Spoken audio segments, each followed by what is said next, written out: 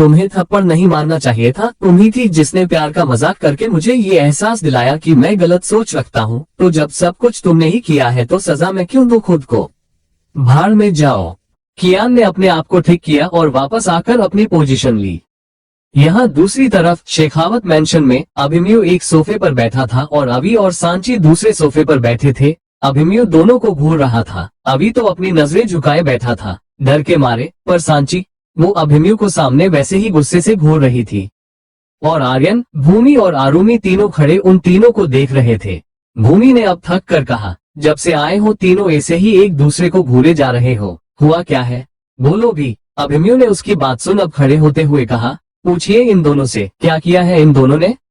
भूमि ने अब अभी और सांची की तरफ देखा और कहा, बोलोगे तुम दोनों। पर दोनों खामोश ही रहे तो अभिमन्यु ने फिर वैसे ही गुस्से में कहा, ड्रग्स रैकेट में पहुंचाने वाले थे दोनों।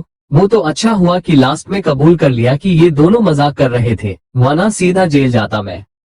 भूमि ने हैरानी से दोनों को देखते हुए कहा, ये कैसा मजाक हुआ, वो भी एयरपोर्ट पर, पागल हो तुम दोनों। सांची ने अब खड़े होते हुए कहा, पागल नहीं है आंटी, इन्हें रोकने का कोई तरीका चाहिए था, तो मैंने उन पुलिस ऑफिसर्स को बोल दिया कि इनके बैग में ड्रग्स है। जब तक वो इन्हें लेकर गए, चेक किया, तब तक फ्लाइट टेक ऑफ हो चुकी थी और इन्हें घर आना ही पड़ा। अब अभिमन्यु ने अपने दांत पिसते हुए कहा, तो क्या मैं जान सकता हूँ मुझे रोकने का कारण क्या था। सांची ने किसी आज्ञाकारी बच्चे की तरह हाँ में सिर हिलाया और उसके सामने आकर खड़ी हो गई। The wedding, Mumbai, Shekhawat mention. Sanchi ने अभिमन्यु की तरफ देखते हुए कहा, सबसे पहले तो मैं तुम्हें ये बता दूं कि तुम्हारी वो सारी वीडियोस मैंने पोस्ट की थी। अभिमन्यु ने ये सुन बिना किसी भाव के कहा, पता है, पर सांची ने उसकी बात पर ध्यान दिए बिना ही कहा, तो कल मुझे एक बड़ी म्यूजिक कंपनी की तरफ से ईमेल आया कि वो इस सिंगर के साथ एल्बम बनाना चाहते हैं, और एक बार अगर एल्बम बन गया तो उस कंपनी के दरवाजे अभिमन्यु के लिए खुल जाएंगे। बहुत बड़ी अपॉर्चुनिटी है, इसलिए मैं चाहती हूँ कि आप एक बार उनसे बात कर लें, क्या पता फिर तुम्हें अब्रॉड जाना ही ना पड़े। अभिमन्यु ने अब खड़े होकर उसे घूरते हुए कहा, हो गया, तो अब मेरा जवाब भी सुन लो, मुझे नहीं पढ़ना है इस बस में। मैं सिंगिंग अपने शौक से करता हूँ, पर वो मेरा सपना नहीं है, सो अब दूर रहो मुझसे अगर मेरा जवाब मिल गया है तो। निहाल ने उससे नजरें हटा ली और अपना फोन निकाला और नंबर डायल करने लगा तो भूमि ने पूछा, ये क्या कर रहे हो छोटे। अभिमन्यु ने बिना किसी की तरफ देखे कहा, देख रहा हूँ दूसरी फ्लाइट कब की है। जैसे ही उसने ये कहा सबके चेहरे उतर गए, पर सांची का नहीं। उसने अभिमन्यु को घूरा और एकदम से जाकर उसके हाथ से फोन छीन लिया। उसने ये इतनी अचानक किया कि अभिमन्यु को समझ ही नहीं आया। उसने सांची की तरफ देखकर कहा, सांची फोन दो मेरा। वो सांची की तरफ बढ़ा तो सांची वहां से दूसरी ओर जाते हुए बोली, पहले उन लोगों से बात कर लो फिर मैं फोन दे दूंगी। अभिमन्यु ने उसकी तरफ बढ़ते हुए गुस्से में कहा, सांची पहले मेरा फोन दो। पर सांची कहाँ मानने वाली थी, वो यहाँ से वहां भाग रही थी और अभिमन्यु बार बार उसे फोन के लिए बोल रहा था।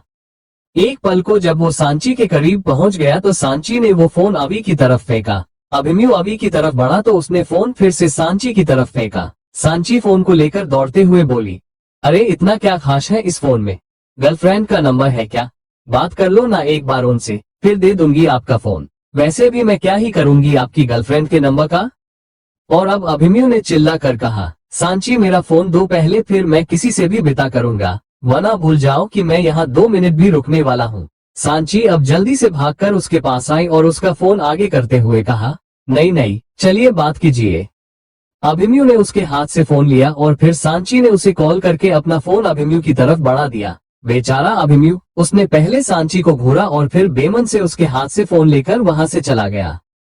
पर मन ही मन कहा, शुक्र है कि किसी ने वॉलपेपर नहीं देखा, वरना आज तो गए ही थे। यहाँ दूसरी तरफ निहाल पता नहीं कहाँ जाने की तैयारी में था। उसने 2 गन्स ली, दोनों में भरी हुई मैगजीन रखते हुए उसने उन गन्स को अपनी कमर में ठुनसा और अपने घर से बाहर निकला। चेहरे पर इस वक्त कोई भाव नहीं थे। विक्रम भी उसके साथ ही था और उसके लोग। डॉक्टर ठाकुर ने अंदर से ही उसे देखते हुए कहा, बेचारे आर्यन, अब फिर से उन्हें काम लगना पड़ेगा। अभी तो विक्रांत का मर्डर केस भी खत्म नहीं हुआ और फिर से काम बढ़ने वाले हैं तुम्हारे। यहाँ शेखावत मेंशन में अभिमन्यु जब बात करके वापस आया तो सांची ने जल्दी से पूछा, क्या बोला। हाँ कहा, बोलो ना। अभिमन्यु ने उसके हाथ में उसका फोन रखते हुए कहा, कल मीटिंग के लिए बुलाया है, तब तक मुझसे कोई सवाल नहीं करोगी तुम, इसलिए प्लीज अपने घर जाओ और आराम करने दो मुझे।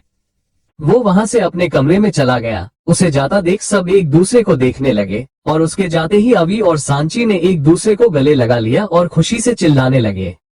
उन्होंने इसे देख भूमि ने उन दोनों का शांत करवाया। इतने में वहां कुछ लड़कियां आए। उन्होंने कहा कि वो मेहंदी वाली है, तो भूमि ने कह दिया कि आरुमि को मेहंदी लगानी है। आरू को पहले तो कुछ समझ नहीं आया, पर जब भूमि ने कहा कि उसका बर्थडे भी है कल, तो उसकी भी पूजा करनी है, तो वो तैयार हो गई। पर उसे समझ नहीं आ रहा था कि उसके घर वाले इतनी मान्यता कब से रखने लगे, पर क्या ही कहती, इसलिए चुपचाप मेहंदी लगवाने लगी।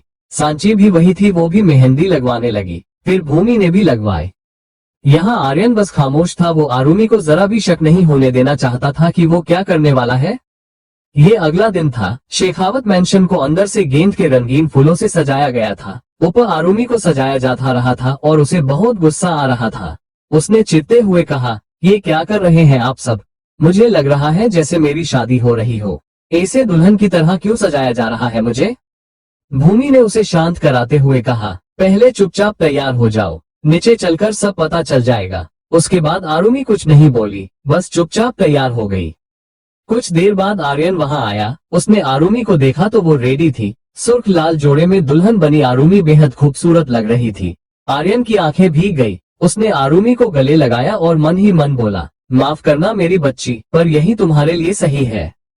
उसने आरुमि का हाथ थामा और अपने साथ नीचे ले आया। वो सीढ़ियों पर थे और आरुमि नीचे का नजारा देख हैरान रह गई। पूरा घर मेहमानों से घिरा था। पूरी शेखावत फैमिली थी, यही थी, पर चेहरे सबके शांत। बीच में फूलों से सजाया मंडप लगाया हुआ था। पंडित जी के मंत्र शुरू हो चुके थे और उनके पास सेहरा ओढ़े दूल्हा बैठा था। आरुमि ने हैरानी से आर्यन की तरफ देखा तो आर्यन ने उसके हाथ पर अपनी पकड़ कसते हुए कहा, तुम्हें मेरी कसम है आज कुछ मत बोलना, चुप रहना। आरुमि हैरानी से उसे देखने लगी। उसकी आंखों के कोनों से आंसू की एक लकीर खिंचाई। उसे विश्वास नहीं हो रहा था कि उसके खुद के पिता ने उसे धोखा दिया है। आर्यन उसे हाथ पकड़कर नीचे ले आया, पर आरुमि की नजर अब भी आर्यन पर थी। उसके आंखों में आंसू देख आर्यन ने उसके चेहरे पर घूंघट करते हुए कहा, ये सब तुम्हारे ही भले के लिए है। अगर अपने पिता को मरते नहीं देखना चाहती तो चुपचाप शादी कर लो बेटा। उसने आरुमि को ले जाकर मंडप में बैठाया और तभी वहां गोली चलने की आवाज आई। एक झटके में सब कांप उठे। दरवाजे की तरफ देखा तो कई सारे लोग हाथ में गन लिए अंदर आए और वहां खड़े एक एक शख्स पर गन तान दी। उनके साथ ही वत्सल भी अंदर आया। उसके हाथ में भी गन थी और उसने अंदर आकर जल्दी से कहा, वेट वेट वेट, मैंने देर तो नहीं कर दी ना? कहीं भाभी की शादी तो नहीं हो गई ना? पर कोई कुछ नहीं बोला तो वत्सल ने आर्यन के पास जाकर कहा, तो भाभी जी के पिताजी, क्या लगा था आपको कि ऐसे छुपकर भाभी की शादी करा देंगे और हमें पता भी नहीं चलेगा? अरे मेरा भाई आपकी बंदूक की गोली से भी तेज है। उसे उलझाना और हराना नामुमकिन है। आप तो फिर भी उससे उसकी जिंदगी छीनने की कोशिश कर रहे थे। वो कैसे दे देगा वो आपको? आर्यन नफरत भरी नजरों से उसे देखते हुए बोला, कौन हो तुम? उनकी बात सुन वत्सल ने हंसते हुए कहा, अरे आप मुझे नहीं पहचानते? अरे हद है यार, मुझे तो लगा था मेरे पापा का दिल आपके पास है तो वो फिल्मों में होता है वैसे ही मुझे देखते ही आपका दिल धक धक करने लगेगा, पर नहीं, आप तो पहचान ही नहीं रहे। उद्धरण चिन्ह। उसने मुंह बनाते हुए इधर उधर देखा तो अरमान पर नजर गई। वो उसे देख उसकी तरफ बढ़ते हुए खुश होते हुए बोला, अरे वाह चाचू, आप तो मुझे पहचान ही गए होंगे। आखिर मेरे पापा को मारने में आपने भी तो बराबर का साथ दिया है अपने इस छोटे भाई का। उसने आर्यन की तरफ इशारा करते हुए कहा। अरमान को वो जरा जाना पहचाना लग रहा था। उसने सवालिया नजरों से उसे देखते हुए कहा, कौन हो तुम? पर वत्सल से पहले ही आर्यन बोला, कोई भी हो तुम, जो भी करने आए हो, चुपचाप निकल जाओ यहाँ से, ये शरीफों का घर है। और वो आगे बोलता उससे पहले ही वत्सल ने उसकी बात काटते हुए और उसी की एक्टिंग करते हुए कहा, शरीफों का घर है? ओहो, ना देखे हो इन जैसे शरीफों को तो। अरे आप जैसा जालिम बाप नहीं देखा मैंने तो। बड़े अजीब हो यार, अपनी बेटी की शादी उसकी मर्जी के खिलाफ किसी और से करवा रहा है ये शरीफ। उसके बोलने का ढंग, उसका बर्ताव एक बच्चे जैसा था। ना समझने वाले एक लिए साइको ही कह लो, पर जैसा उसका बिहेवियर था उससे की ज्यादा खतरनाक वो था। ये उसने साबित किया वहां खड़े एक पुलिस ऑफिसर को गोली मारकर। सब एक पल को सकते में आ गए और वत्सल ने कहा, मेरा काम है इस शादी को रोके रखना। उसके लिए मुझे जो भी करना पड़ेगा मैं करूंगा, क्योंकि वत्सल शेखावत कभी अपनी जबान नहीं जाने देता और वादा किया है किसी से कि जब तक वो अपनी अमानत तक नहीं पहुंचता तब तक मुझे उसकी अमानत संभालनी है। आर्यन ने चिल्ला कर कहा, कौन हो तुम? तो वत्सल ने भी वैसे ही चिल्ला कर कहा, वत्सल शेखावत हूँ मैं। उस इंसान का बेटा जिसका दिल तुम्हारे सीने में धड़क रहा है, उस इंसान का भाई जिसकी अमानत आज तुम किसी और के नाम करने जा रहे हो, और उस इंसान का गुरूर जो जल्द ही तुम्हें मौत के घाट उतारेगा। सब उसे हैरानी से देखने लगे, यहाँ तक कि अरमान भी। उसे पता था कि ऋषभ का सिर्फ एक बेटा था निहाल, तो फिर ये कौन? और इतने में किसी की आवाज गूंजी, ड्रामा ओवर हुआ वत्सल। जैसे ही सबने उस तरफ देखा तो ये निकाल था। उसने व्हाइट शर्ट पहनी थी जिस पर खून के दाग थे। सब उसे हैरानी से देखने लगे और निहाल ने अंदर आते हुए कहा, कोई भी अपनी जगह से हिलना नहीं चाहिए, अगर कोई भी हिले तो मार देना उसे। उसके चेहरे पर कोई भाव नहीं था। वो मंडप में आया तो दुल्हा अपने आप उठ गया, क्योंकि वो अखंड नहीं कोई और था। निहाल आरुमी के पास बैठा और कहा, शुरू कीजिए पंडित जी। ये क्या? आर्यन कुछ बोलकर आगे बढ़ने को हुआ कि वत्सल ने उस पर गन तानते हुए कहा, अपने बड़े भाई के मुंह से सुना था, संस्कार खून पर भारी पड़ते हैं। उसके संस्कार है जो उसने अभी तक जिंदा छोड़ रखा है तुम्हें, पर मेरा खून और संस्कार दोनों ही तुम्हारे खून के प्यासे हैं आर्यन शेखावत। इसलिए ऐसा कोई काम मत करो कि मुझे मौका मिल जाए तुम्हें मार देने का। आर्यन वत्सल की जलती आंखें देख कुछ नहीं बोल पाया, पर निहाल के चेहरे पर इस वक्त कोई भाव नहीं था।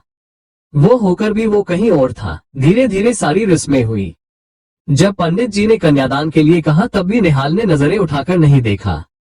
तो भूमि ने आर्यन की तरफ देखा और कहा, शादी किसी से भी हो, आपका साथ दिया मैंने, पर अब उसका कन्यादान करने का हक मत छीनिए आर्यन।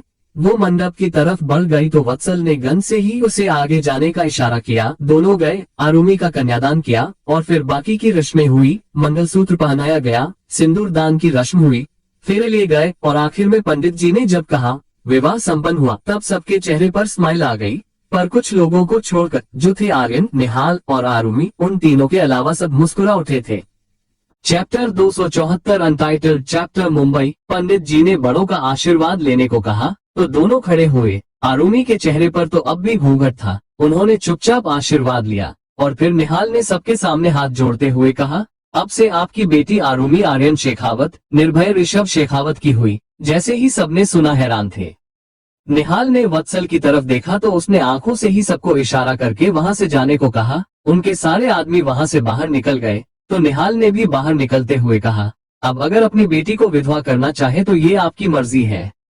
वो वहां से चुपचाप आरुमी का हाथ पकड़कर बाहर निकल गया और जाते जाते वत्सल का नाम पुकारा तो वो भी उसके साथ निकल गया। वो जाकर गाड़ी में बैठा और आरुमी को बैठने के लिए बोल वहां से गाड़ी लेकर निकल गया। दोनों घर आए। ये निहाल का घर था जहां वो अकेले रहा करता था। अंदर आकर वो ऊपर चला गया। आरुमी पीछे बस उसे देखती रह गई। वो भी अपने धीमे कदमों से घर में आए और कमरे में आए तो निहाल खिड़की से लगकर खड़ा था, खामोशी से बाहर देख रहा था। आरुमी ने जाकर उसके कंधे पर हाथ रखा तो निहाल ने एकदम से पलटकर उसे गले लगा लिया। उसकी आंखों से आंसू बह निकले और वो रोते हुए ही बोला, मैं नहीं बचा पाया उसे, वो मर गई, मैं कुछ नहीं कर पाया उसके लिए। आरुमी ने उसके बालों को सहलाते हुए कहा, मेरा भी परिवार आज नहीं रहा। निहाल ने उससे अलग होकर उसे देखा। आरुमी के चेहरे पर कोई भाव नहीं था और यकायक वो रोने लगी। निहाल को गले लगाकर रोते हुए वो बोली, वो ऐसा कैसे कर सकते हैं? उन्होंने मुझे धोखा क्यों दिया? क्यों दुश्मनी उनकी बेटी की जिंदगी से ज्यादा बड़ी हो गई? क्यों? निहाल ने उसके चुप नहीं कराया, बस रोने दिया, उसे गले लगाए रखा। शेखावत मेंशन में आरुमी को गए अभी 1 घंटा ही हुआ था कि आर्यन का फोन बजा और सामने वाले की बात सुन उसने अपना सिर पकड़ लिया। उसने अपना फोन जेब में रखा और वहां से जाने को हुआ कि विराट ने पूछा, कहाँ जा रहे हो आर्यन? आर्यन ने उसकी तरफ देखा और सरकास्टिक वे में कहा, अपने दामाद के किए एक और कारनामे की जांच करने। सब उसे अजीब नजरों से देखने लगे तो आर्यन ने कहा, क्या देख रहे हैं? यही तो चाहते थे ना आप सब कि मैं उसे अपना दामाद मान लूं, तो मान लिया, पर आज जो हुआ है उसने मुझे ये एहसास दिला दिया है कि मेरा फैसला कहीं से भी गलत नहीं था। अरमान ने कहा, ऐसा क्या हुआ है? आर्यन ने बिना किसी भाव के कहा, ईवा मॉल में 2 माफिया गैंग के बीच में फायरिंग हुई है। वहाँ कम से कम 50 लाशें पड़ी हैं, जिनका ना कोई पूछने वाला है ना कोई कुछ। दोनों गैंग वहाँ से चली गई है। उद्धरण चिन्ह।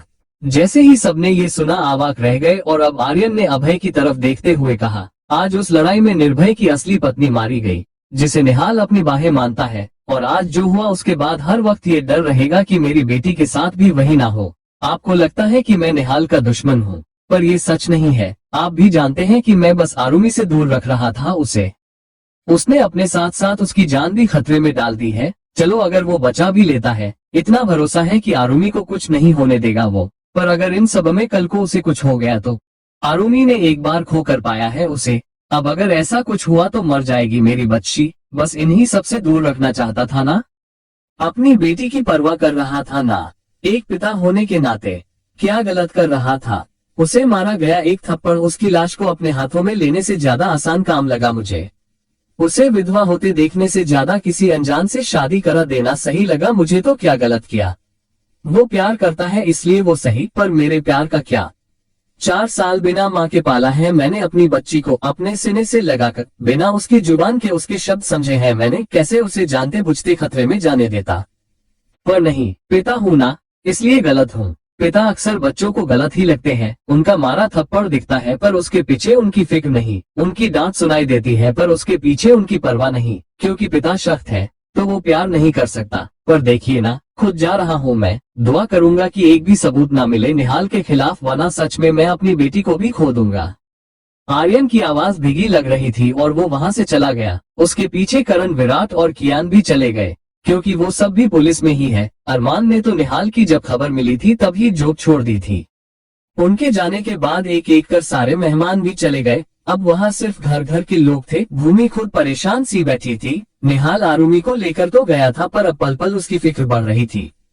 यहाँ निहाल और आरुमी बहुत देर तक गले लगे खड़े रहे। उसके बाद निहाल आरुमी से अलग हुआ और उसे समझाते हुए कहा, उन्होंने तुम्हें धोखा नहीं दिया है, उन्होंने बस तुम्हें खुशियां देने की एक कोशिश की थी। ये खून खराबे से एक बार फिर तुम्हें दूर कर देना चाहते थे वो, पर तुम खुद अब इस राह में जुड़ चुकी हो।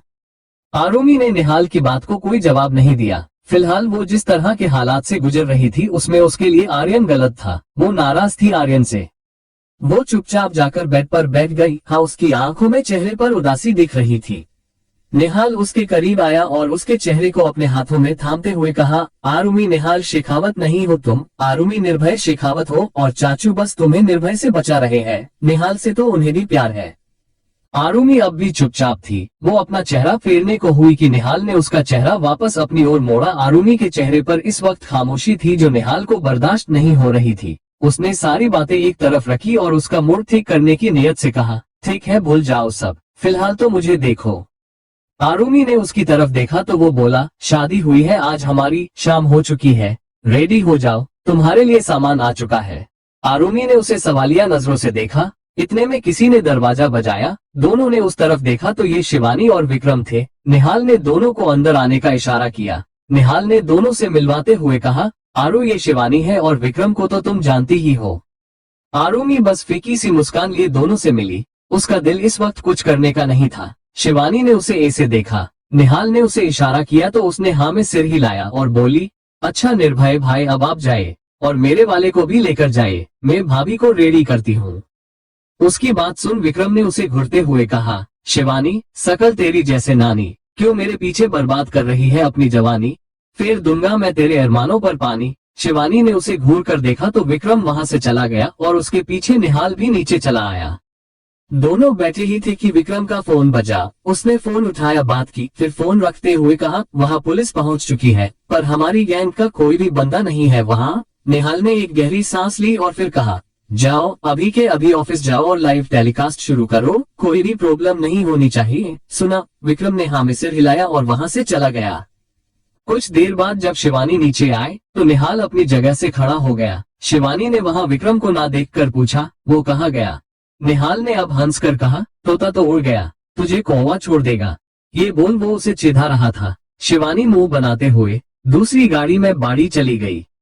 यहाँ जब निहाल ऊपर कमरे में आया तो आरुमी को देख नजरें ही ना हटा पाया। वो बेहद खूबसूरत लग रही थी। उसने लाल रंग की साड़ी पहनी थी जिस पर गोल्डन भात प्रिंट थी, half sleeves, deep neck and backless blouse, बालों का एक हल्का सा जुड़ा बनाया हुआ था, हाथों में चूड़ियां, पायल और शोला श्रृंगार में वो बेहद खूबसूरत लग रही थी। निहाल धीमे कदमों से चलकर उसके पास आया। आरुमी की नजरें झुकी हुई थी। निहाल ने आकर उसके बाल खोल दिए और कहा, ये खुले ही अच्छे लगते हैं। आरुमी ने अब भी कुछ नहीं बोला। निहाल ने उसे बाहों में भर लिया और प्यार से उसके गाल को चूम लिया। आरुमी हल्का सा दूर होती और जैसे ही उससे दूर हटने को हुई कि निहाल ने उसे अपनी ओर खींचा। आरुमी हैरानी से देखने लगी। निहाल ने उसके कान के पास अपने होंठ ले जाकर कहा, वेडिंग नाइट है ना हमारी, ऐसे भागोगी तो कैसे चलेगा? उद्धरण चिन्ह। आरुमी का पूरा शरीर कांप उठा। निहाल ने प्यार से उसके कान को चुम लिया। उसने प्यार से उसके गले पर अपने होंठ रख दिए, उसे किस करने लगा। आरुमी चुपचाप खड़ी रही, सब निहाल की छून अपने ऊपर महसूस करती रही। निहाल ने उसे अपनी गोद में उठा लिया और ले जाकर बिस्तर पर लेटाया। निहाल ने प्यार से उसके चेहरे पर हाथ फेरते हुए कहा, आज तुम सिर्फ आरुमी नहीं हो, मेरी अर्धांगिनी हो। सिर्फ मेरे मन को या तन को ही नहीं, मेरे जीवन को सुकून देने की जिम्मेदारी मैं तुम्हें दे रहा हूँ। आरुमी उसकी बात सुन हल्का सा मुस्कुराई और उसके बालों में हाथ डाल उसके चेहरे को नीचे झुका लिया। निहाल ने उसके होठों पर अपने होंठ रख दिए और बस दोनों एक दूसरे में खोते चले गए। यहाँ दूसरी तरफ सांची जरा परेशान थी। अभिमन्यु की आज मीटिंग थी पर वो गया नहीं था। अब पता नहीं आगे क्या होगा। आज पहली बार सांची को टेंशन हो रही थी कि कहीं अभिमन्यु चला ना जाए। चैप्टर 275 चैप्टर 276 गजेंद्र सहाय मुंबई। रात ऐसे ही बिता चुकी थी। सुबह निहाल की आंख आरुमी से पहले खुल चुकी थी। वो उठकर रेडी हुआ और नीचे चला आया। किचन में गया और नाश्ता रेडी करने लगा। नाश्ता रेडी करके आरुमी को उठाने जा ही रहा था कि डोर बेल बजी। निहाल ने पहले ही देख लिया, ये आर्यन था जो अकेला आया था। निहाल ने जाकर दरवाजा खोला। आर्यन ने बिना उसे किसी भाव के देखा और कहा, कैसे हो निर्भय। निहाल ने भी वैसे ही कहा, ठीक हूँ, फिलहाल तो आप थके थके से लग रहे हैं, क्यों। आर्यन ने एक सांस छोड़ते हुए कहा, अब तुम जैसा दामाद मिलेगा तो यही होगा ना। निहाल ने उन्हें कुछ नहीं कहा, बस देखता रहा। तो आर्यन ने कहा, क्या मैं अंदर आ सकता हूँ। निहाल ने हाँ में सिर हिलाया और आगे से हटा तो निहाल आर्यन अंदर आया और अच्छे से घूम घूम कर घर को देखने लगा। इस घर में भी निर्भय की एक तस्वीर थी पर माला चढ़ाई हुई। आर्यन की नजर डाइनिंग टेबल पर गई तो नाश्ता रेडी था। निहाल ने उसी तरफ इशारा करते हुए कहा, नाश्ता कर लीजिए। आर्यन ने उसकी तरफ मुड़कर देखा और कहा, पहले बात कर ले। निहाल ने हाँ में सिर हिलाया और उसे सोफे पर बैठने का इशारा किया और खुद उसके सामने आकर बैठते हुए बोला, जी बताइए मिस्टर शेखावत, क्या बात करनी है आपको। आर्यन ने सीधा सा जवाब दिया, वत्सल का क्या लेना देना है तुमसे। निहाल एक पल को कुछ सोचने लगा और फिर बोला, वत्सल एक गैंगस्टर है, एक गैंगस्टर का दूसरे गैंगस्टर से क्या लेना देना होगा। आर्यन ने आप सरकास्टिक वे में कहा, अजीब बात है, ऋषभ शेखावत का बेटा है वो, तुम्हें बिग ब्रदर बोलता है और तुम कह रहे हो कोई लेना देना नहीं है। गजब है। निहाल ने उन्हें बिना कुछ कहे बस ऐसे ही देखा। इतने में आर्यन की नजर आरुमी पर गई। वो नीचे आ रही थी। रेड कलर का अनारकली सूट, हाथों में लाल चूड़ियां, मांग में सिंदूर, वो बेहद खूबसूरत लग रही थी। और जैसे ही उसकी नजर आर्यन पर गई उसके कदम धीमे हो गए। उसने एक गहरी सांस ली और निहाल के आगे आते हुए कहा, वो शिवानी ने बाड़ी आने को बोला था कल। निहाल ने हाँ में सिर हिलाते हुए कहा, थोड़ी देर में चलते हैं। तो आरुमी चुपचाप जाकर डाइनिंग चेयर पर आर्यन की तरफ पीठ करके बैठ गई। आर्यन को उसे ऐसे देख बहुत तकलीफ हुई बट उसने कुछ नहीं कहा। एक गहरी सांस ली और निहाल की तरफ देखकर कहा, संभालो वत्सल को, जुर्म बढ़ रहे हैं उसके, जिस दिन हाथ आया जान से जाएगा। वो इतना बोल वहां से चला गया और यहाँ निहाल खामोशी से आरुमी की तरफ बढ़ गया। फिलहाल आरुमी को कुछ भी बोलना उसे सही नहीं लगा। उसने चुपचाप आरुमी के साथ खाना खाया। उसके बाद वो आरुमी को बाड़ी ले गया, वहां सबसे मिलवाया और ऋषि को उसके पास लाते हुए कहा, दाजी, शिवानी और ऋषि हमारे साथ हमारे घर रहेंगी ताकि तुम बोर ना हो। आरुमी बस मुस्कुराई पर फिर कुछ सोचते हुए बोली, पर आपके घर में तो सिर्फ एक ही कमरा है। निहाल ने हाँ में सिर हिलाते हुए कहा, ये ठाकुर विला में रहेंगे और अब से तुम भी वही रहोगी। आरुमी ने आगे कुछ नहीं कहा। वो उन सबसे बातें करने लगी। कुछ उसको चिढ़ा रहे थे निर्भय का नाम लेकर तो कुछ बातें कर रहे थे। निहाल ने आरुमी को उनके पास ही छोड़ा और काम का बोल वहां से चला गया। यहाँ दूसरी तरफ अभिमन्यु आज द म्यूजिक मेलोडी कंपनी में आया था क्योंकि कल की मीटिंग उसने कैंसिल कर दी थी तो आज तो आना ही था। वो आया तो उसे देखते ही सब पहचान गए। उसे सीधा बॉस के कैबिन में भेजा गया। अभिमन्यु उनसे मिला। ये एक उम्रदराज आदमी थे, नाम था गजेंद्र सहाय। सुना था इनका कोई नहीं है सिवाय इनके नाती के, पर वो बिजनेस में दिलचस्पी नहीं रखता। हाँ करता भी है तो बस अपने नाना जी के लिए। अभिमन्यु उनसे मिला और काफी देर तक उनसे बात की। इस बीच उसने बताया कि वो लिखता नहीं है, बस गाना गाता है, उसमें भी वो गाने जो उसे पसंद है या उसके पसंद के सिंगर्स ने गाए हो। अभिमन्यु को वो बेहद पसंद आए और उनको भी अभिमन्यु काफी पसंद आया। एक लंबी बातचीत के बाद उन्होंने मीटिंग ओवर की और अभिमन्यु घर चला आया।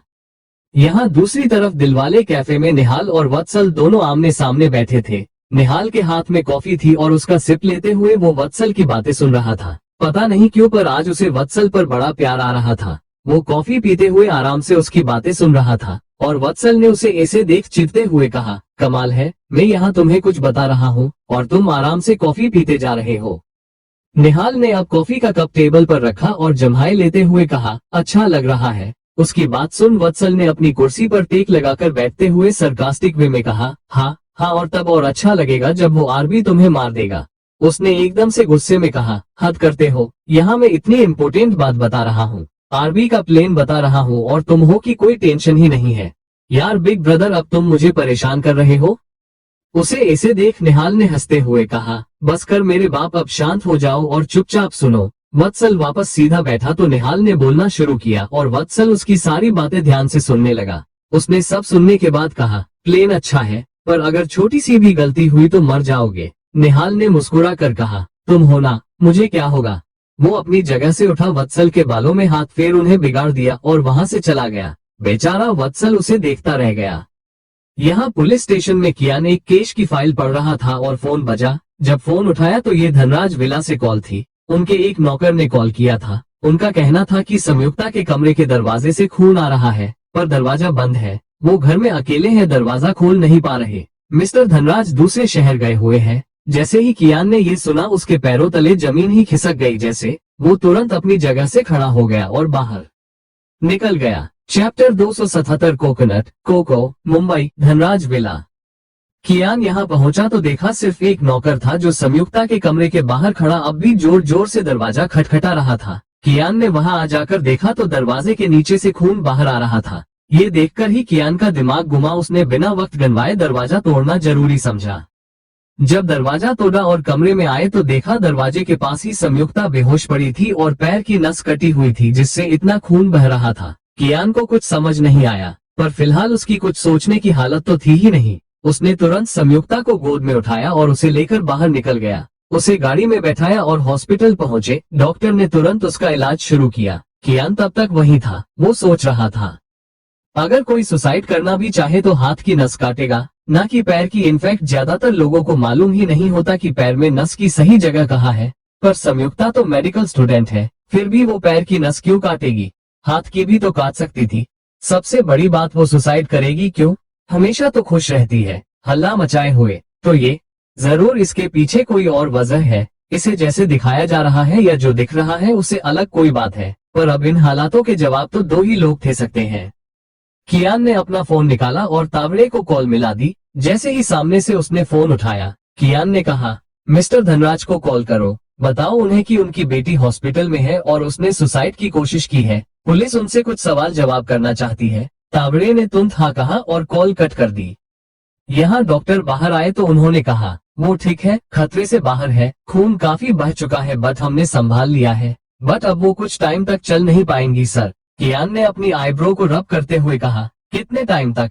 डॉक्टर ने कहा, कम से कम 1-1.5 महीने तक तो बिल्कुल नहीं। कट काफी डिप था। इनफैक्ट ये बहुत अजीब है कि किसी ने सुसाइड के लिए पैर की नस काटी है। डॉक्टर वहां से चले गए और कियान ने उन्हें जाता देख खुद में ही बड़बड़ाया, वही तो मैं जानना चाहता हूँ डॉक्टर, कि ये इतना अजीब क्यों है। कियान वही बेंच पर बैठ गया।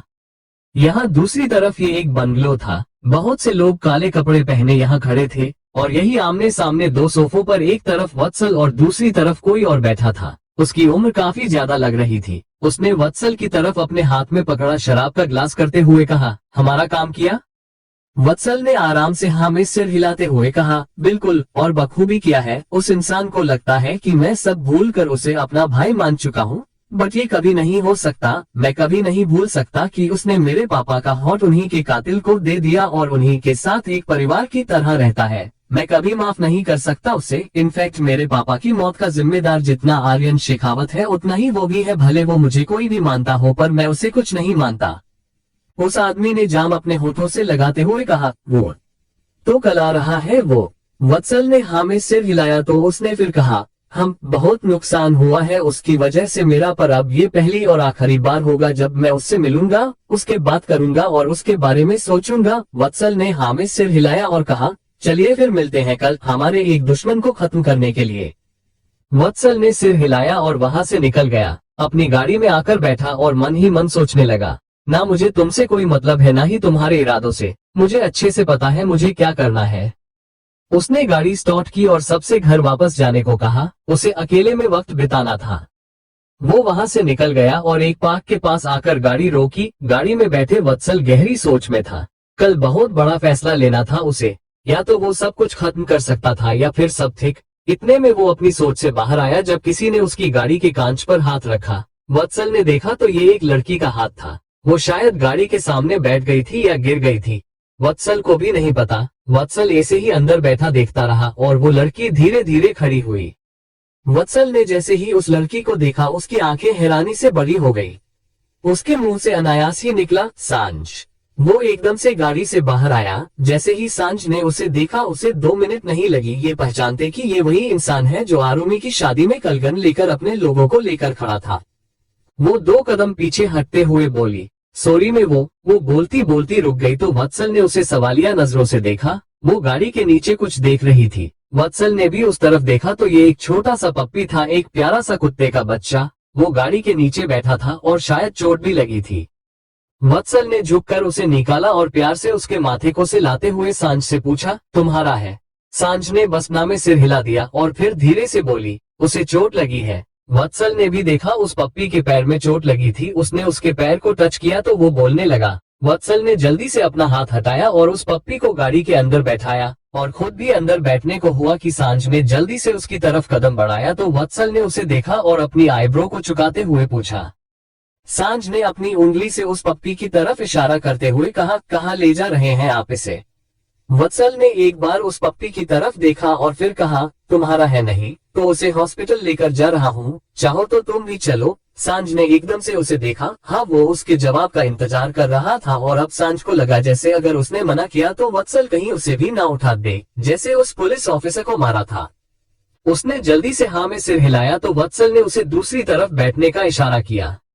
सांझ जाकर गाड़ी में बैठी और वत्सल भी। उसने गाड़ी स्टार्ट कर दी। सांझ उस पप्पी को अपनी गोद में लेकर बैठी थी। वत्सल ने ड्राइव करते हुए ही पूछा, सो नाम क्या है तुम्हारा? सांझ ने एक बार उसे देखा और फिर उससे नजर हटाते हुए कहा, सांझ। वत्सल ने आगे कुछ नहीं पूछा। कुछ देर में वो एनिमल हॉस्पिटल आए।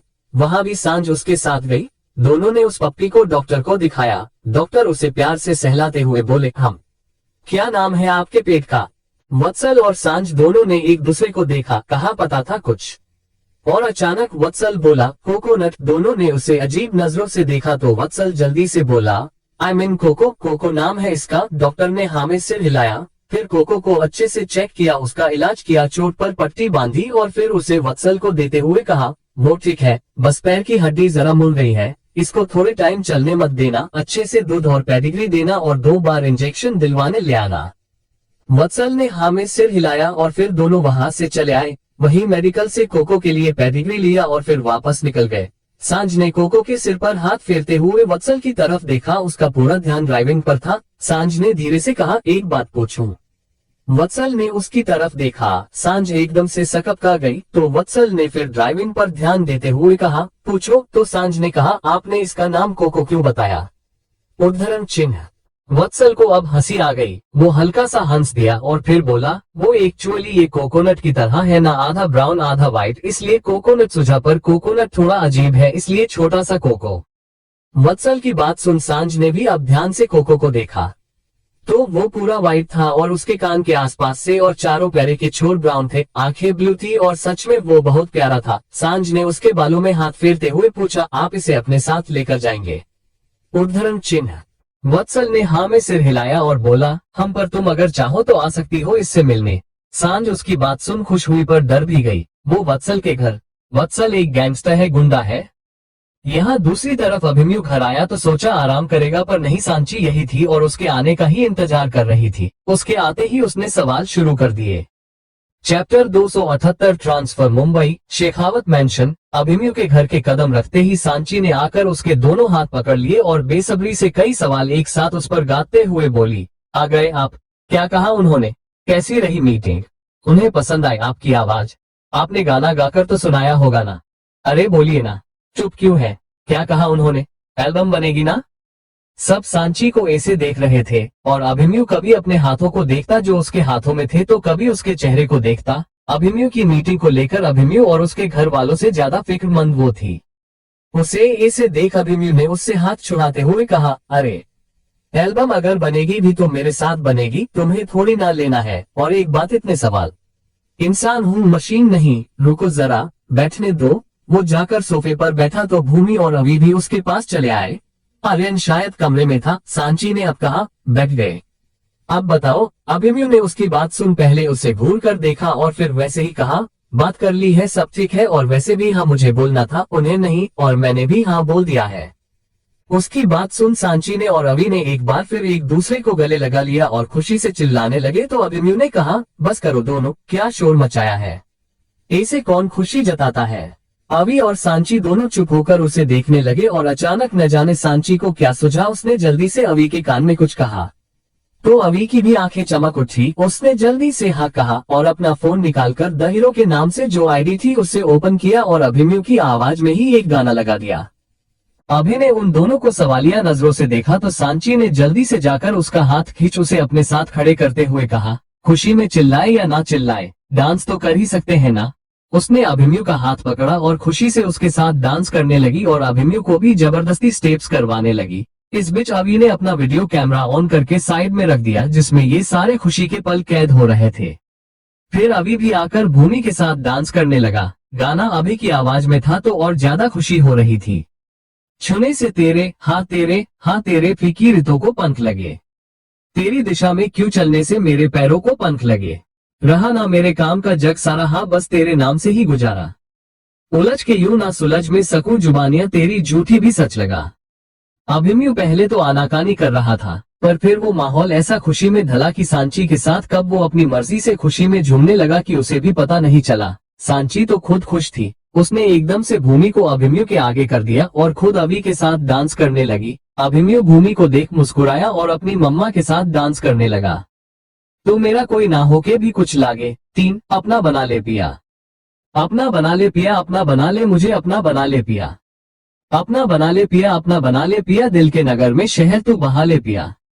भूमि थक कर बैठ गई और अविनाश ने जैसे ही सांची को घुमाया कि वो सीधा अभिमन्यु से जा टकराई। गिरने को हुई तो अभिमन्यु ने उसे थाम लिया और इस वक्त लाइंस भी क्या खूब जांच रही थी दोनों पर।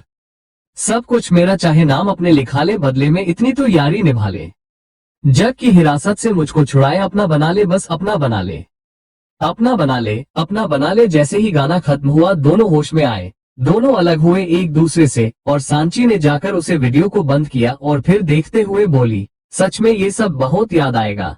उसने ये मुस्कुरा कर कहा था पर जैसे एक दर्द हो।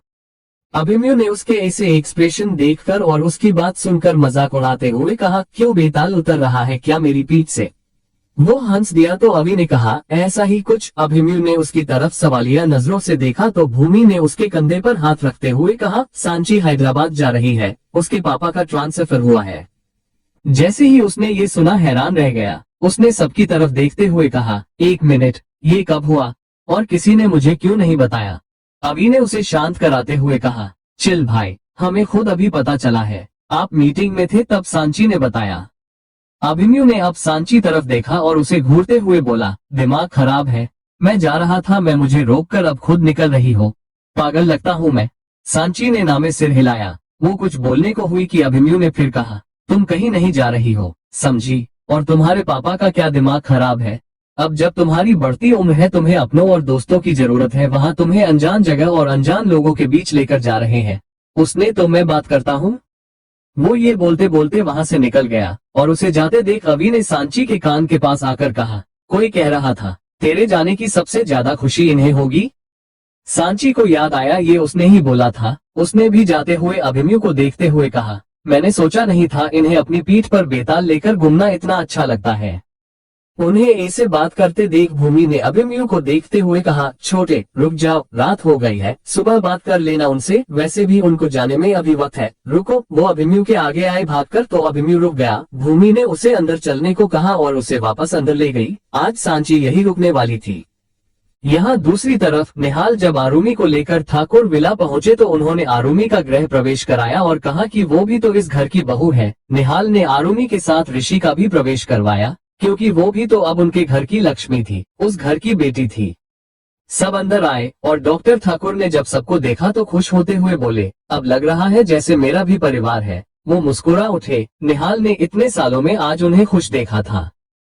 पर वो खुद किसी टेंशन में था। वो कुछ सोच ही रहा था कि डॉक्टर ने कहा, तुम सब थक गए होंगे, आराम करो। उन्होंने खुद सबको सबके कमरे दिखाए। आरुमी तो निर्भय के साथ उसके कमरे में चली गई। विक्रम तो वहीं रहता था। शिवानी और दाजी ऋषि को अपने साथ लेकर एक कमरे में चली गई। आरुमी जब कमरे में आए तो देखती रह गई। ये कमरा कुछ अलग सा था। निहाल के उस घर के मुकाबले ग्रे कलर में सारी वॉल्स थी। एक बड़ा सा बुक शेल्फ, उसका बेड, स्लाइडिंग वार्डरोब, एक डेस्क और एक दीवार पर बड़ी सी निहाल की तस्वीर और कुछ छोटी मोटी तस्वीरें जिनमें वो या तो विक्रम के साथ था या डॉक्टर ठाकुर के साथ या अकेला। आरुमी घूम घूम कर रूम को देख रही थी। सच में दिखने में तो रूम काफी अच्छा था। आरुमी को ऐसे देख निहाल ने उसे पीछे से बाहों में भरते हुए कहा, कैसा लगा निर्भय ठाकुर का रूम? उसके मुंह से निर्भय ठाकुर सुन आरुमी ने पूछा, क्या डॉक्टर ठाकुर कभी बर्दाश्त कर पाएंगे अगर आप उन्हें छोड़कर चले गए?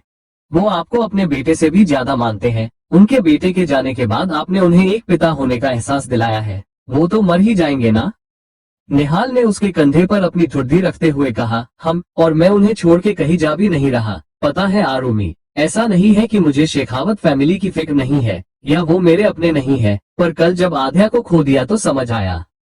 कुछ लोग जिंदगी में अपने होने जरूरी होते हैं। पापा के पास उनके 2 बच्चे, उनकी पत्नी और उनका पूरा परिवार है, पर मेरे, वत्सल और डॉक्टर ठाकुर के पास हमारा कोई नहीं है। इसलिए अगर सब खत्म हो भी जाता है तो मैं अपने इस परिवार को कभी नहीं छोड़ूंगा। डॉक्टर ठाकुर तब भी मेरे पिता रहेंगे और वत्सल मेरा भाई। इनफैक्ट उसके नाना जी की भी अब बहुत उम्र हो चुकी है, फिर भी वो अपनी कंपनी संभाल रहे हैं। पता नहीं कब जिंदगी उनका साथ छोड़ दे। उद्धरण चिन्ह। वो बोल रहा था और आरुमी सुन रही थी, पर उसके अलावा उनके कमरे के बाहर खड़े डॉक्टर ठाकुर को भी उनकी बातें सुन बेहद खुशी हो रही थी।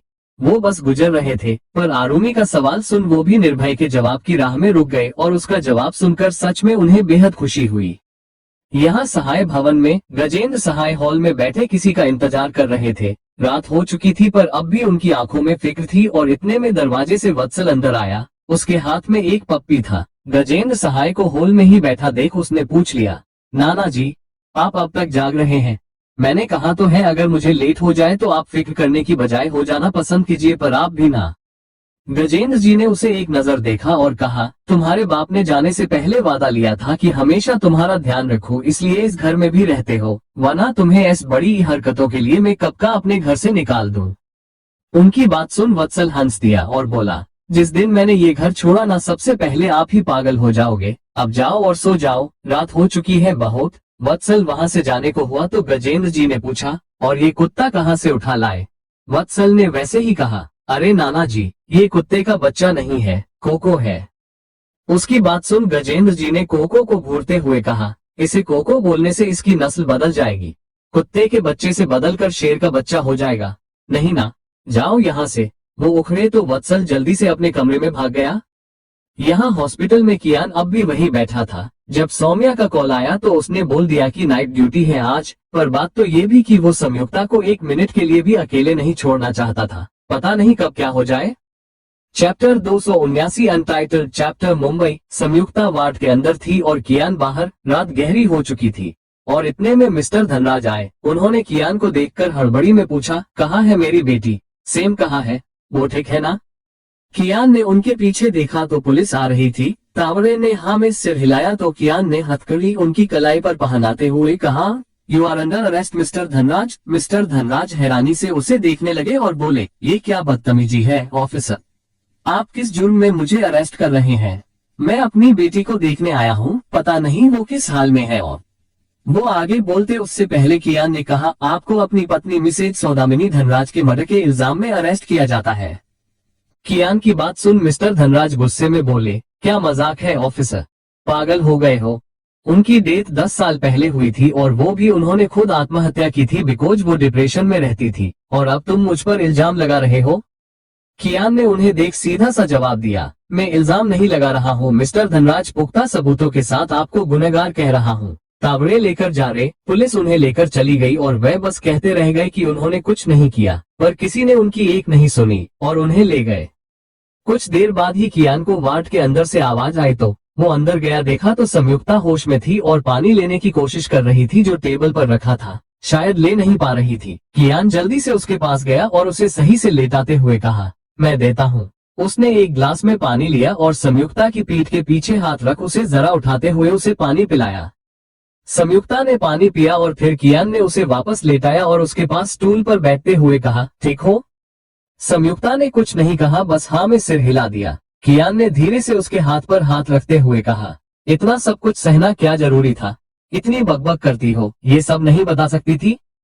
उसकी बात सुन संयुक्ता से नहीं रहा गया और वो अनायास ही रो पड़ी। उसने अपना सिर दूसरी तरफ कर लिया तो कियान ने खड़े होकर उसे बैठाया और उसके पास बैठते हुए बोला, किसी के सामने रो लेने से कोई हमें कमजोर नहीं समझता। इनफैक्ट बहुत हिम्मत वाले होते हैं वो लोग जो रोते हैं और रोने को कमजोरी नहीं मानते। उसकी बात सुन संयुक्ता ने उसे गले लगा लिया और रोने लगी। कियान ने भी उसे चुप नहीं कराया, बस उसके बालों में हाथ फेरता रहा और संयुक्ता उसके आंसू कियान की शर्ट भिगोते रहे। कुछ देर बाद कियान ने उसे खुद से अलग किया और फिर से थोड़ा सा पानी पिलाया। अब संयुक्ता कुछ हद तक हल्का महसूस कर रही थी। कियान ने भी उसे शांत देखा तो कहा, बताओ क्या हुआ था?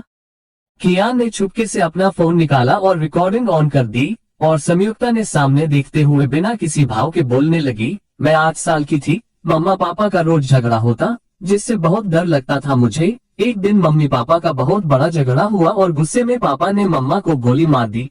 किसी को पता ना चले इसलिए पहले उस गोली को मम्मा के अंदर से निकाला और फिर उनकी बॉडी पर केरोसिन डालकर बॉडी को जलाकर उसे सुसाइड बता दिया। बाकी का काम पैसे देकर करवा लिया। सबने मान लिया कि मम्मा ने सुसाइड की थी।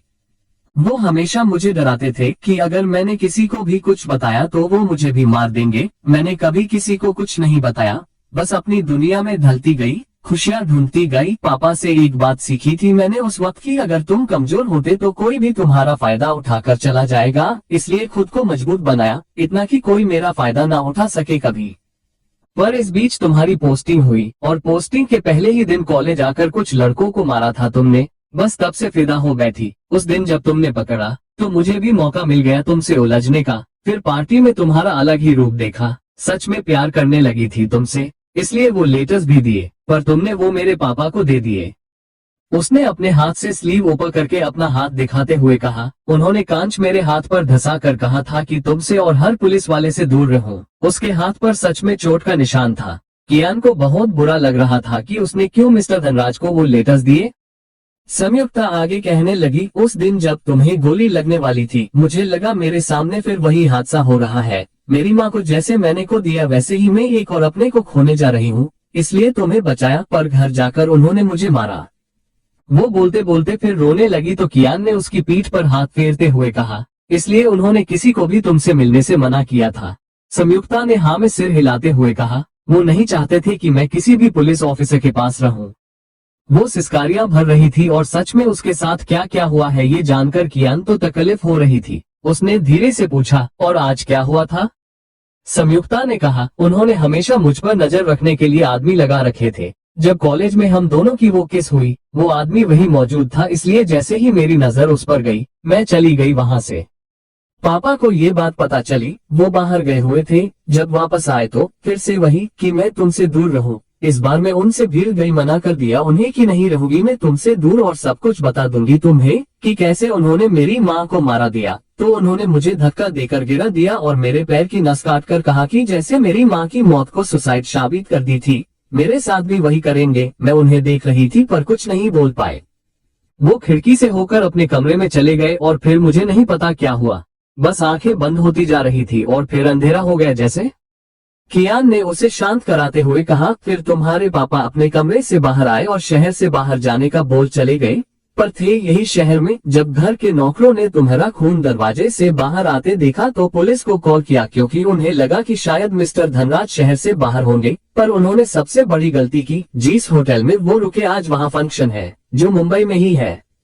तावड़े ने उन्हें कॉल किया तो उन्होंने बोला कि वो शहर से बाहर है, पर उन्हें पीछे की आवाज सुनी तो उसे अजीब लगा। उसने मुझे बताया, हमने पता लगाया कि वो कहाँ है, उनकी लोकेशन निकाली और हमारा एक पुलिस ऑफिसर तो जाकर उनकी फोटोज भी लेकर आया। उसके बाद जब तुम्हारे घर जांच के लिए भेजा तो वहां से उन्हें तुम्हारी डायरी मिल गई। उस हिसाब से हमें जो कुछ भी पता चला, हमने 10 साल पहले के तुम्हारी माँ की पोस्टमार्टम रिपोर्ट को फिर से अच्छे से चेक किया, उनका केस देखा जिसमें देखा गया था कि उनका शरीर जला जरूर था पर उससे पहले ही उनकी मौत हो चुकी थी, और ये भी कि पहले उन्हें गोली मारी गई थी।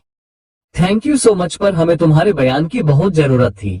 कियान ने रिकॉर्डिंग बंद की और संयुक्ता को गले लगाते हुए कहा, उन्होंने इतना सब कुछ किया तुम्हारे साथ, फिर भी मुझसे दूर नहीं हुई। Thank you so much. अब तुम्हें कभी खुद से दूर नहीं जाने दूंगा, ना ही कोई तकलीफ होने दूंगा। Chapter 280 untitled chapter.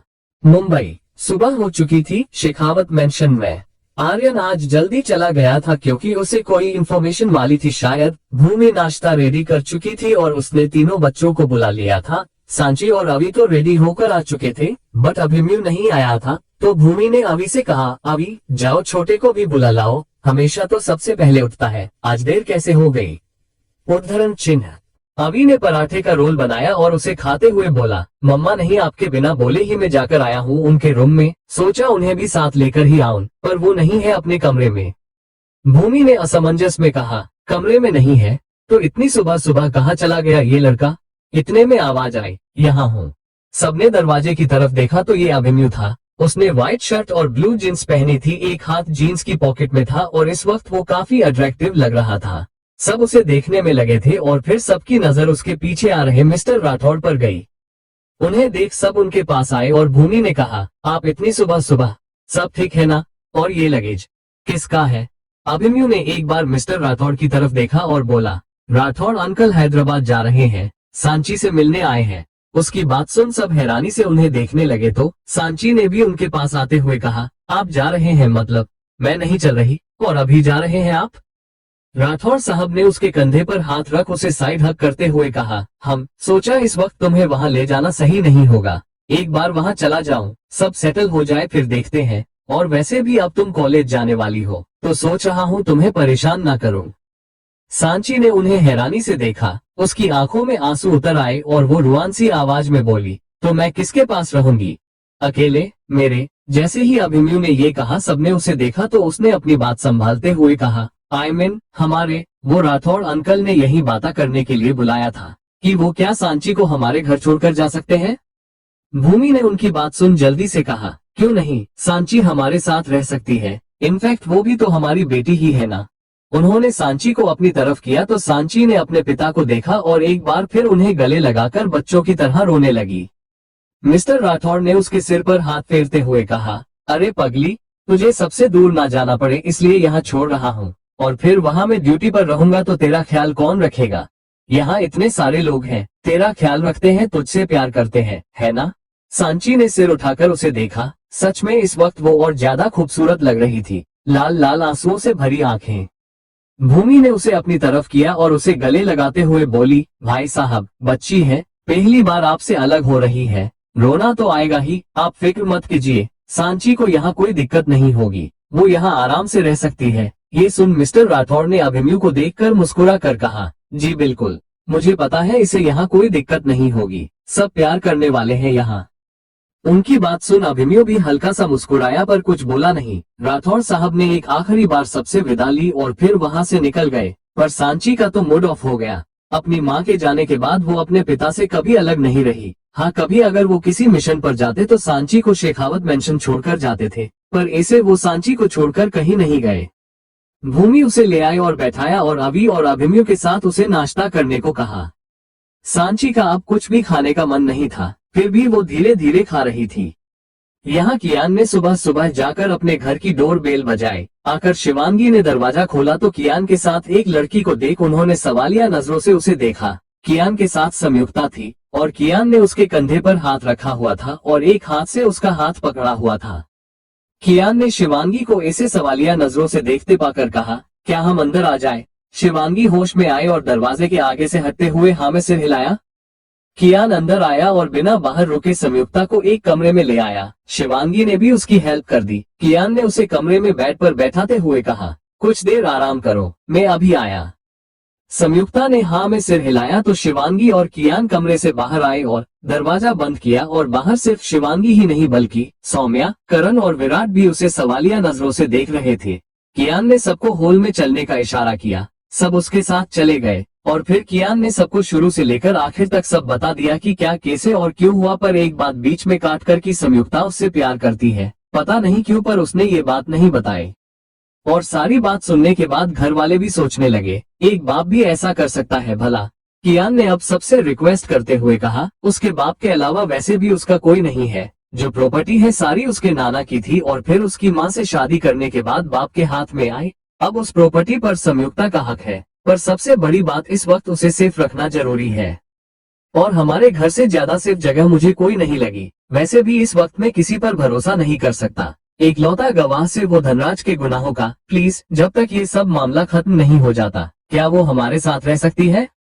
विराट और करण दोनों ने एक बार खुद को देखा और कुछ पलों तक शांत रहने के बाद कहा, ठीक है, दुखियारी है बेचारी, इतनी सी उम्र में कितना कुछ सह लिया है, वो रह सकती है यहाँ। सौम्या ने भी उसकी बात से सहमति जताते हुए कहा, हाँ, और लोगों के बीच रहेगी तो अच्छा है, ठीक भी जल्दी हो जाएगी।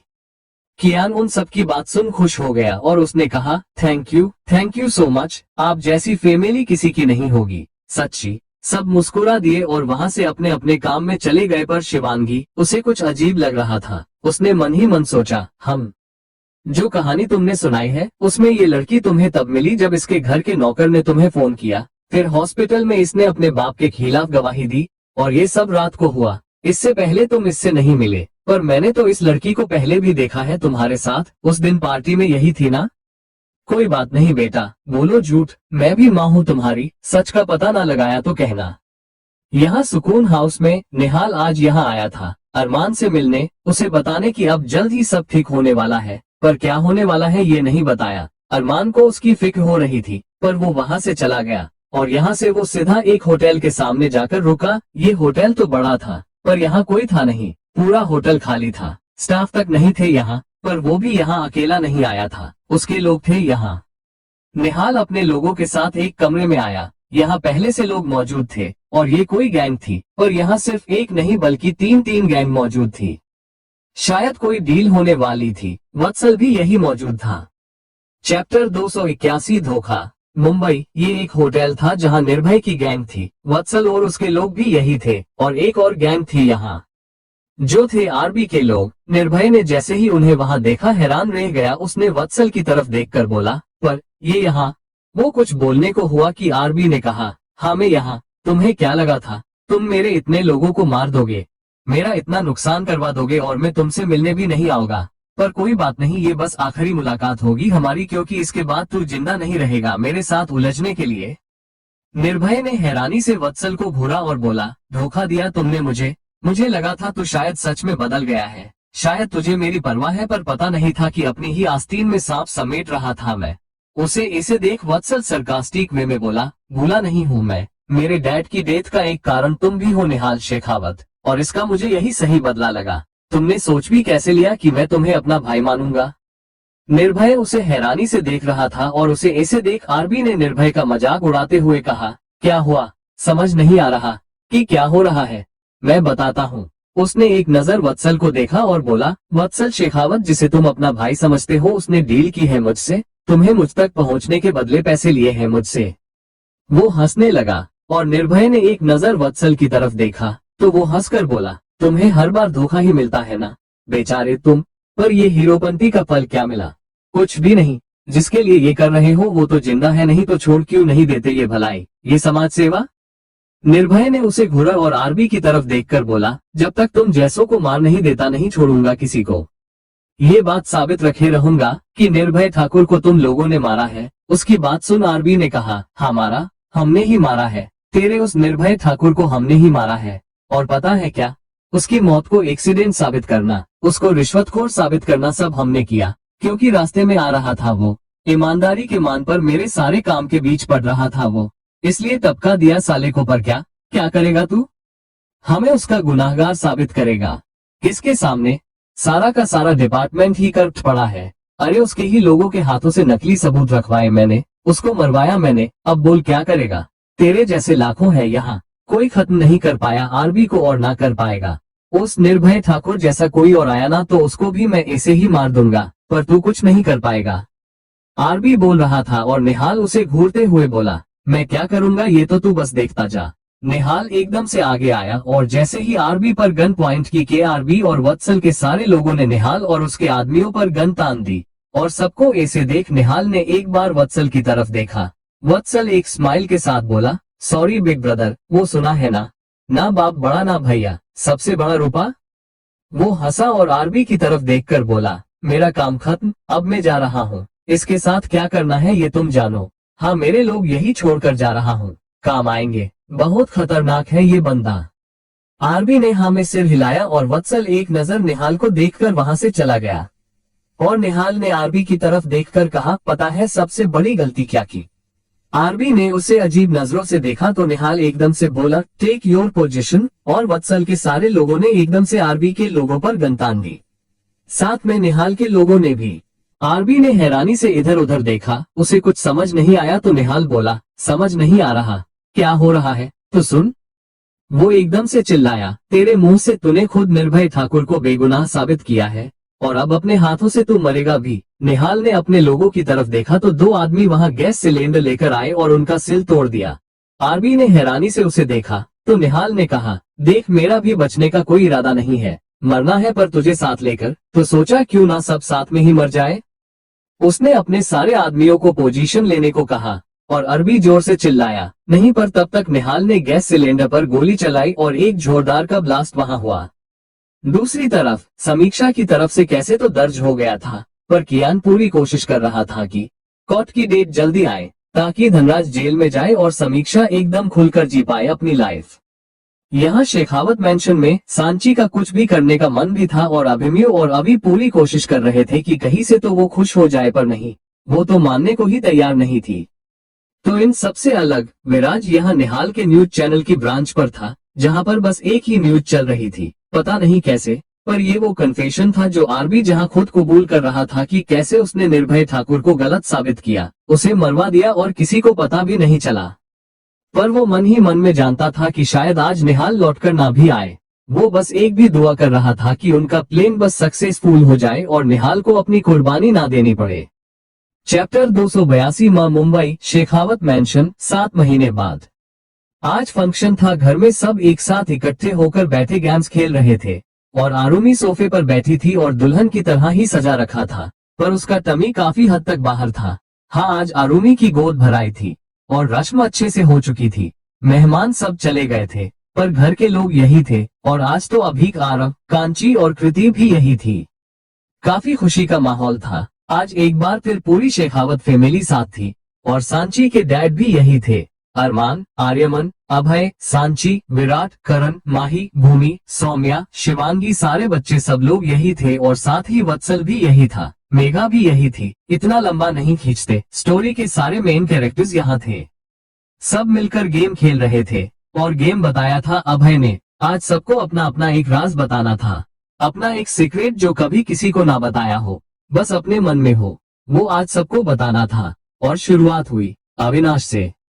उसने अपने बालों में हाथ फेरते हुए कहा, वैसे तो मेरा कोई सीक्रेट है नहीं, पर सांची मैं तुझे कुछ बताना चाहता हूँ। सांची ने खुशी से आंखें बड़ी करते हुए कहा, मेरे लिए सीक्रेट, जल्दी बता।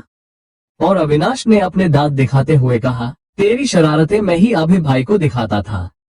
जैसे ही सबने ये सुना एकदम से हंस दिए और सांची की शक्ल देखने लायक हो गई थी, मतलब उसका बेस्ट फ्रेंड ही उसका दुश्मन निकला। वो अविनाश को घूरते हुए बोली, अभी के बच्चे, तुझे तो मैं बाद में बताती हूँ, ये सीक्रेट तेरे हर सीक्रेट पर भारी ना पड़ा तो बोलना। और एक बार फिर सब हंस दिए।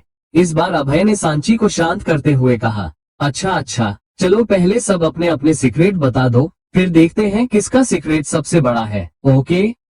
सांची ने मुंह फुला लिया तो अभय ने आगे कहा, अब कौन बताएगा?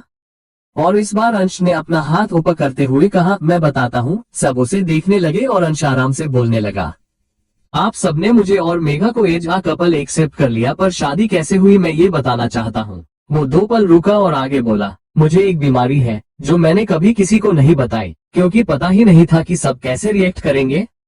मैं कुछ ऐसा कर जाता हूँ तो मुझे नहीं करना चाहिए। और जब मैं मसूरी में पढ़ रहा था, एक रात पार्टी के बाद नशे में मैं और मेघा साथ थे और मुझसे वही गलती हो गई। उसके बाद ना चाहते हुए भी मेघा की मर्जी के बगैर मैंने उससे शादी कर ली और बेचारी मेघा को जबरदस्ती मेरे साथ रहना पड़ा। आई होप आप सब और मेघा मुझे माफ कर देंगे। अंश की बात सुनकर तो यहाँ अलग ही शांति फैल गई थी, पर उस शांति को जोड़ते हुए मेघा ने अंश के हाथ को अपने हाथ में लेते हुए कहा, और मेरा सीक्रेट है कि मैं उस दिन से पहले ही मन तुम्हें चाहती थी। क्रश थे तुम मेरा, पर ये बात मैंने कभी नहीं बताई तुम्हें। और मेघा की बात सुन सबके चेहरे पर स्माइल आ गई। उन दोनों ने सबकी तरफ देखा तो इस बार सांची ने कहा, ओके मेरी बारी, और अभिमन्यु की तरफ देखते हुए बोली, आपके गाने और वीडियोज मैंने अपलोड किए थे माय हीरो के नाम से। पर अभिमन्यु ने बड़े आराम से कहा, पता है। सांची की आंखें हैरानी से बड़ी हो गई। वो एकदम से बोली, है पता है, कैसे? उद्धरण चिन्ह। और अभिमन्यु ने वैसे ही कहा, उसी दिन पता चल गया था जब डांस कर रही थी और फाइल देने आया था, पर चुप था क्योंकि मजा आ रहा था तुम्हारी उस बेवकूफी में। मेरा तो फायदा ही था, फिर मैं क्यों ही कुछ बोलता। और अभिमन्यु की बात सुन एक बार फिर सब हंस दिए। सांची का फिर से पोपट हो गया था, इसलिए उसने रोनी सी शक्ल बना ली। पर उसे ऐसे देख अभिमन्यु ने कहा, अब मैं एक सच बताऊं, रोने मत लग जाना। सांची ने उसे घूरा और अभिमन्यु ने एक नजर सबको देखा। उसने निहाल की तरफ देखा तो निहाल ने हाँ में सिर हिलाया और अभिमन्यु एकदम से बोल गया, आई लव यू। उसने जैसे ही ये कहा, वहां बैठे रहे इंसान ने अपने मुंह पर हाथ रख लिया। और सांची, वो तो ऐसे बुत बन गई जैसे भूत देख लिया हो। उसे यकीन नहीं हो रहा था कि अभिमन्यु ने अभी अभी क्या बोला है। पर उसे ऐसे देख अभिमन्यु ने आगे कहा, जानता था ऐसा ही कुछ होगा, पर मैं इस चीज को गलत नहीं मानता। जैसे मेघा दी ने कहा, अंश भाई उनका क्रश थे, बहुत पहले से, वैसे ही तुम मेरी क्रश हो, बहुत पहले से। अब इसके आगे मैं कुछ नहीं बोल सकता। बेचारी सांची, वो अब भी हैरानी से अभिमन्यु को देख रही थी और फिर एकदम से अपना सिर झुका लिया। शायद चेहरे पर आई शर्म को छुपाने की कोशिश कर रही थी। और उसे ऐसे देख अविनाश ने कहा, ओ बेटे की, भाई ने तो बॉम्ब फोड़ दिया है, इससे बड़ा सीक्रेट भला किसका ही होगा। पर उसका ये कहना हुआ ही था कि वत्सल बोला, मेरा। सबने वत्सल की तरफ देखा तो उसने सांझ की तरफ देखा और सबने उगते हुए उसे देखा, क्योंकि पिछले 7 महीनों में सबको पता चल गया था कि वत्सल सांझ से प्यार करता है और सांझ भी वत्सल को पसंद करती है। हाँ, दोनों के बीच काफी एज गैप था, पर शेखावत फैमिली में वो कौन सा कपल था जिनमें एज गैप ना हो, इसलिए सबको एक्सेप्ट करना ही पड़ा। वत्सल को देखते ही आरोमी जो सोफा पर बैठी थी वो हंसते हुए बोली, वत्सल, यहाँ ऐसा कोई नहीं है जिसको आपका सीक्रेट पता ना हो, आप रहने दीजिए। सीक्रेट तो कियान जी बताएंगे अब, उसने कियान को आंख मारते हुए कहा तो वो हंस दिया। उसने संयुक्ता की तरफ देखते हुए कहा, ओके यार, फाइन, हाँ मैं प्यार करता हूँ इससे और जल्दी शादी कर लूंगा। ये तो सेटल हो गई अपने पापा के बिजनेस में, मुझे तो थोड़ा सेटल होने दो अपनी जॉब में यार, फिर करते हैं ना शादी। अब मैं तो इसकी तरह अपना काम बदल नहीं सकता ना। ये तो अच्छा खासा डॉक्टर बनते बनते बिजनेस में चली गई। और एक बार फिर सब हंस दिए। सबकी प्रॉब्लम सॉल्व हो चुकी थी, सब साथ थे और खुश थे, इससे ज्यादा क्या चाहिए था।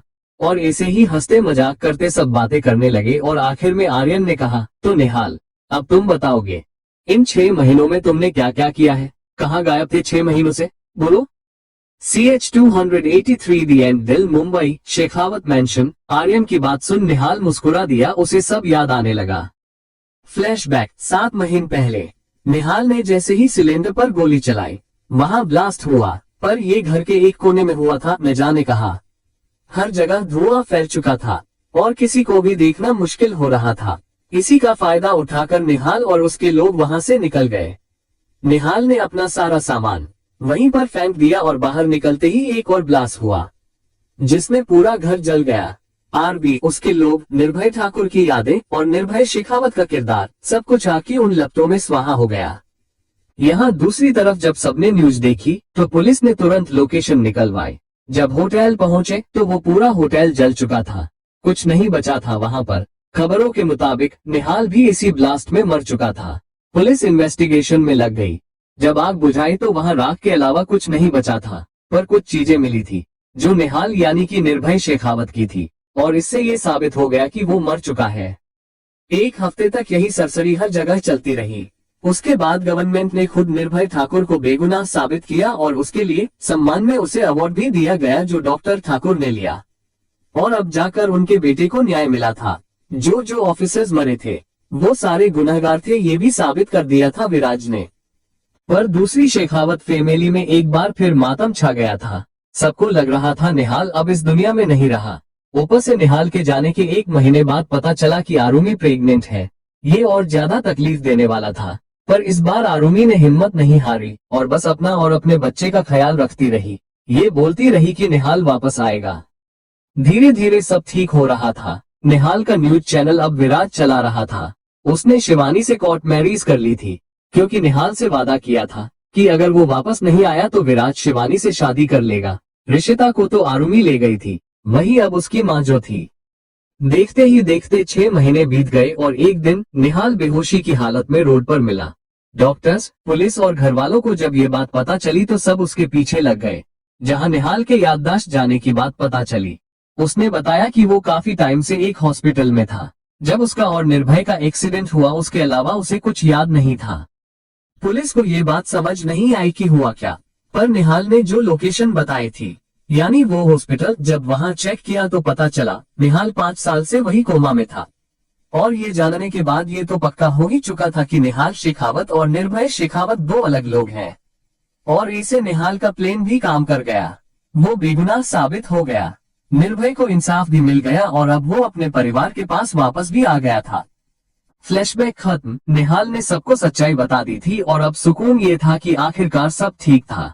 सब काफी देर ऐसे ही बैठे बातें करते रहे और फिर देर रात आरुमी जब थक गई तो निहाल उसे लेकर कमरे में चला गया। दोनों कमरे में आए। निहाल ने ध्यान से आरुमी को बेड पर बैठाया और उसके पास जमीन पर बैठते हुए बोला, मेरा बच्चा, कैसे हो आप? आरुमी मुस्कुराई और बोली, किसे बोल रहे हैं आप? मुझे या अपने बच्चे को? निहाल मुस्कुरा दिया और उसके माथे को चूमते हुए बोला, दोनों को। उसने आरुमी को गले लगा लिया और उसके पास बैठते हुए बोला, सब ठीक हो गया ना? आरुमी भी वैसे ही धीरे से बोली, हम। दोनों के बीच एक सुकून था जिसे बिना शब्दों के दोनों जी रहे थे। इतनी मुश्किलें झेली थी कि अब ये साथ शायद कभी ना छूटे। दोनों ऐसे ही एक दूसरे को गले लगाए बैठे थे कि बच्चे के रोने की आवाज आए। आरुमी तुरंत निहाल से अलग हुई और पालने में सो रही ऋषि की तरफ देखते हुए बोली, अब जाकर उठी है? कब से सो रही थी ये? ले आइए इसे। निहाल ने हाँ में सिर हिलाया और ऋषि को उठाकर अपनी गोद में ले आया और दोनों उसे प्यार करने लगे। यहाँ बाहर सांची अभिमन्यु दोनों बालकनी में खड़े थे। सांची चांद को देख रही थी और अभिमन्यु उसे। वो सांची को देखते हुए ही धीरे से बुदबुदाया, एक गाना याद आ रहा है, सुनोई। सांची मुस्कुरा दी पर अभिमन्यु की तरफ देखा नहीं। वो आसमान में उस चांद को निहारते हुए ही बोली, हम। और अभिमन्यु वैसे ही उसे देखते हुए गुनगुनाने लगा, चेहरा है या चांद खिला है, जुल्फ गनरी शाम है क्या, सागर जैसी आंखों वाली ये तो बता तेरा नाम है क्या। और ये लाइन सुनते ही सांची के चेहरे पर हया की लाली दौड़ गई। वो बिना सिर उठाए सीधा अभिमन्यु के सीने से जा लगी और अभिमन्यु ने भी उसे बाहों में भर लिया। दूसरी तरफ कियान और संयुक्ता दोनों एक साथ पूल साइड पर बैठे थे, एक दूसरे का हाथ पकड़े। प्यार तो दोनों में कब से ही था, पर ऐसा था कि कहने की कभी जरूरत ही नहीं पड़ी। बस जब भी साथ होते अपने हंसी लम्हों में जीते थे दोनों, और आज भी यही हो रहा था। और इन्हीं से कुछ दूर पर वत्सल और सांझ कोको के साथ खेल रहे थे। दोनों की मस्ती ही खत्म नहीं होती थी। जहां सांझ कभी वत्सल के नाम से डरती थी, वहां कोको की वजह से दोनों के बीच गहरी दोस्ती हो गई थी। और जब 3 महीने पहले वत्सल के नाना जी की डेथ हुई, उसके बाद तो जैसे सांझ और वत्सल और करीब आ गए थे। वत्सल अकेला पड़ गया था और उस वक्त सांझ ने उसका साथ दिया और अब दोनों खुश थे एक दूसरे के साथ। यहाँ अंश के कमरे में मेघा प्रेग्नेंट थी 2 महीने से, और दोनों खुश थे क्योंकि अब मेघा भी अंश की फैमिली के साथ ही रहती थी। उनकी बहू जो थी, आखिरकार सबको सबके प्यार मिल गए थे। प्रेम कहानियां कैसी भी हो, उनमें साथ हो ना हो, प्यार होना जरूरी है, ये सबने साबित कर दिया था। साबित कर दिया था कि बिना मतलब के जो साथ है, जिसके साथ हर खूबसूरत बात है, आखिर वही तो प्यार है। प्रेजेंटेड बाय माहीवर्स स्टूडियोज, जहां हर आवाज एक नई कहानी बन जाती है।